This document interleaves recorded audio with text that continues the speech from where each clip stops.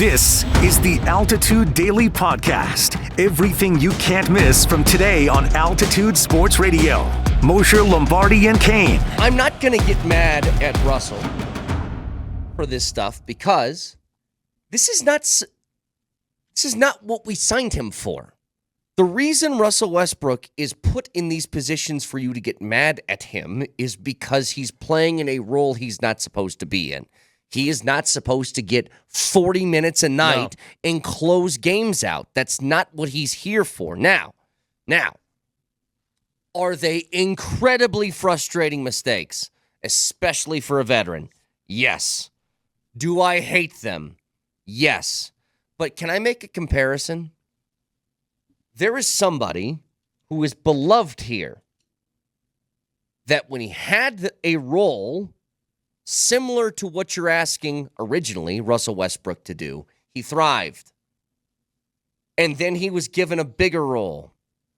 And he's been on 3 teams in 2 years. That's Bruce Brown. Sometimes guys are built for, and especially at this point of Russell's career, the 20 to 25 minute range a night. And because so many people have been out of the lineup, he has started over half the games this year. He is playing now like 35 to 40 minutes a night, which is not your plan for Russell Westbrook. Yeah. And so and this is what happens, by the way, Vic, when the team loses and MPJ and Jamal aren't in the lineup. You need somebody to blame now, and Russell Westbrook's now taking that. And deservedly so. He's made some critical mistakes at awful moments. But let me ask you this question. Specifically last night, Vic, 5 starters out of the lineup. What's that score if Russell Westbrook isn't on the roster? Yeah, they're blown out of the game from beginning to end. He put up 30. Yeah, and I think people overlook that. Somebody needed, and let me tell you what his role was last night. Everybody played scared for a while until they sort of softened into the game. If you watch the beginning of that game, you had a bunch of guys going, oh, my God. Not Russ. Russ was like, give me the ball. Let's go. Give me the ball. Let's go. Right. Come on. I don't have time to mess around. And that was his role last night. He was shepherding a bunch of young players into the game. The Altitude Daily. The morning sprint. Now, there was an injury last night. Jonathan Drouin gets hit low on his knee in the first period, leaves the game, doesn't come back. That's something to watch. I don't expect Drouin to play tonight. I would, and this is interesting now. When we talk about Gabe Landeskog returning, and we talk about Gabe maybe going to the Eagles, I would entertain the idea of shutting Jonathan Drouin down for the rest of the regular season. My God. For 2 reasons. One, you need that guy healthy in the postseason. He has to be healthy. He is a scoring punch. He unlocks Nathan McKinnon. He's excellent on power play 1. He needs to be healthy. Josh Manson is not coming back until the playoffs. You now technically can go to the league office and go, we have 2 players that are LTIR eligible.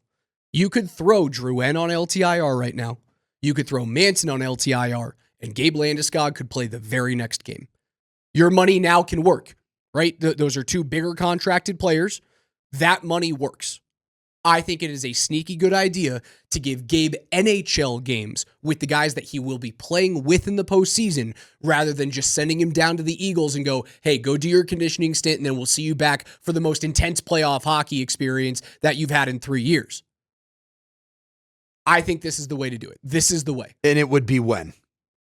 The final 2 or 3 games? Maybe the final 2 games of the season. You play back-to-back, though, in Southern California against the Kings and the Ducks. Not bad. You then have 6 days, at least 6 days off between April 13th, game 82, and the first possible game that you play in the playoffs on April 19th. So that's plenty of time for Gabe to rest, reset, make sure the knee's all right. Now, the question is, on back-to-backs, and this is probably, those are points that don't matter for the Avs.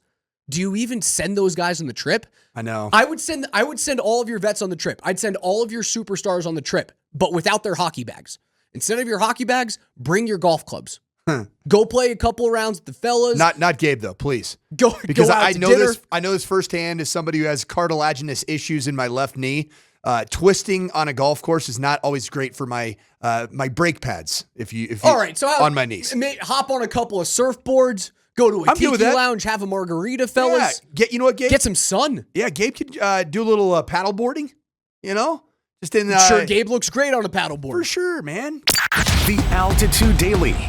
Columbus, Hastings, and DMAC. A little, as a group here, as a show, a little smarter than the average bear, because weren't we saying this a few weeks ago? Yeah, but I think there were a lot of people.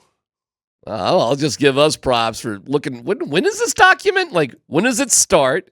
When does it finish? Like, the end of the documentary? It probably doesn't end until after the playoffs are over. Yeah, because the cameras are still there. I mean, they're not going to end it in round one if the Avalanche are still alive. This documentary is obviously being timed out. So they've got Hard Knocks going on in the middle of the playoffs. That's not awesome. Is what it is. It's Gabe's documentary. But it goes to show for us. Our instincts and everything about the timing of the start of the documentary. You cannot, there's no hero's ending. Where's your hero's ending? And it is beyond clear that the target for Gabe to come back is the playoffs. And that's, in my opinion, and apparently Eric Johnson's opinion, that's what's going to happen. How do you feel about that? Easier for him to come back on the road or at home, or does it not matter? I don't think it matters. Especially because his responsibilities coming back aren't what they once were. It might, in one essence, it actually might be nice to start on the road. You know, not knock the cobwebs off a little bit, come back, feel like you're ready to rock and roll, feel like you're ready to shine. We should just keep focused on the Eagles schedule if he can do a couple of rehab games down there. When are those? Oh, they're going on right now. Their season ends. How many games they got? Not a lot. Their season kind of coincides, and their playoffs with the NHL schedule. You would think the minor leagues would actually try to wrap everything up by the time. Another stupid NHL thing, by the way. Here we go, another dumb NHL thing. Their playoffs run in conjunction with the NHL playoffs instead of wrapping up beforehand. Oh, because somebody was going to watch that anyway? No, because players could be more available to a team and travel and train with the team. It's just dumb. No other sport does that has a minor league. All right, well, assuming that Gabe's not going to be back in the, well, what do you think is realistic? Another week? I think he could play today. He can play whenever he wants. Dude, let's give him another week here to skate with the team. You look at the Eagles schedule? I am, yeah. So if you give him another week, go to April 11th. Mm-hmm. Friday, April 11th, there's still 6 games. No, there's 5 games left after that. So if you wanted to skate 2 or 3 games with them. What's the date of the Eagles' last game? Last home game? Last home game. Yeah, last home game. Okay. That's all right. That's different, right? Yep. So the last home game, it's a 2-game stand. It's the 11th and the 12th. No kidding. And the Avs' last home game is the 13th. So there you go. Those are the dates. The Altitude Daily. Kreckman and Lindahl. I haven't seen a beatdown of like young and old or young versus old as bad as when Miyagi took down those high school kids. Mr. Miyagi in Karate Kid just beat up a bunch of high school kids and everybody was cool with it. No, everyone's like, yeah, that's fine. The thing we used to say about Karate Kid was if a cop showed up to Miyagi's house the night that Miyagi's like his birthday, and he just said to Daniel's birthday, he showed up and he said, "Tell me exactly what's been going on here," and he told the truth. He'd be arrested. Right. They'd send him to Epstein's Island. What's wrong? I'm here with this high school boy. I just asked him to put on some short shorts and wax all of my cars. I gifted him a silk robe. What is the problem? I got drunk and passed out while he was in my room. I don't understand. I let him drink hot sake. Why am I put on a catcher's thing and I had him hit me in the chest as hard as he could. Yeah, why is that weird? What's the problem? Dumped him in the ocean. Yeah, left him in the ocean on a rowboat. I took a rowboat on the. What could go wrong? Dumbest idea ever. Why am I a bad person? In the ocean? Why am I? Hang on a second. I'm gonna kick a few. Are you his uncle? Are you his father? No, guardian? I'm the superintendent of the apartment building he lives that in. He and his mom just moved into.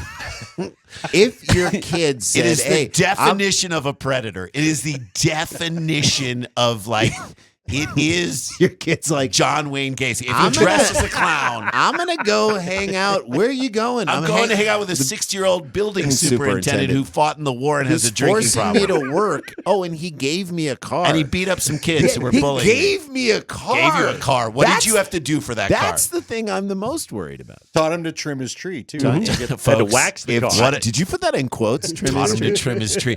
The other thing about that thing that was the best moment in that movie that everyone forgets. Favorite part, and this is we can get it because we're bringing it back to a sports discussion because it's about martial We arts. don't need to. We can. So You're doing great. He's making up with Elizabeth Shue. They're at the arcade Out in the outside. I think they're by like the little he slide. says to her, "I guess you heard about the big karate tournament this weekend." And she says, who hasn't? Who hasn't? Yes. Who in Southern California hasn't heard of this obscure high school karate tournament? I'm willing to wager, and I would bet with Otani's translator on this one, I'm willing to wager that some of the parents of the kids in that tournament had not heard about that tournament. Hang on a second. Jimmy's doing karate Yeah, now? he's walking around the house kicking stuff all the Wait, so time. now I gotta. Do we gotta go? Oh, I guess great. we gotta go. There goes my Sunday, Saturday, wonderful and Sunday. I hope he loses in the. I hope he pulls a hamstring in the I first. hope he loses to that 40-year-old Asian man who there's no reason he should be in this tournament Oh, yeah. because he's got a receding hairline and he's in the first Yeah, round. how's that 9 guy in flips? high school? Yeah, 9 That flips dude? and he Mhm. loses. 9 flips. 9 flips and he loses to get him a body bag. I don't think so. No. And no Twitter, meaning everyone had literally called each other to tell them the tournament was coming. Yeah. Who doesn't? Uh-huh. Who doesn't know about this tournament? Who hasn't? When I'm driving in Southern California and there's traffic stacked up on the 405, I'm like, what bizarre junior high school jiu-jitsu competition It's happening down in Long Beach to cause a stack up all the way up what's here in going Los on? Angeles? This is the world we You live can't in. get stuck in Southern California high school school karate traffic. It's the You worst. don't It's want literally the worst. You don't want that smoke. You don't want it. You've been listening to the Altitude Daily. Catch us live weekdays on 92.5 FM, the Altitude Sports Radio app, twitch.tv/AltitudeSR, youtube.com/Altitude Sports Radio, and your favorite smart speaker. Say Altitude Sports Radio.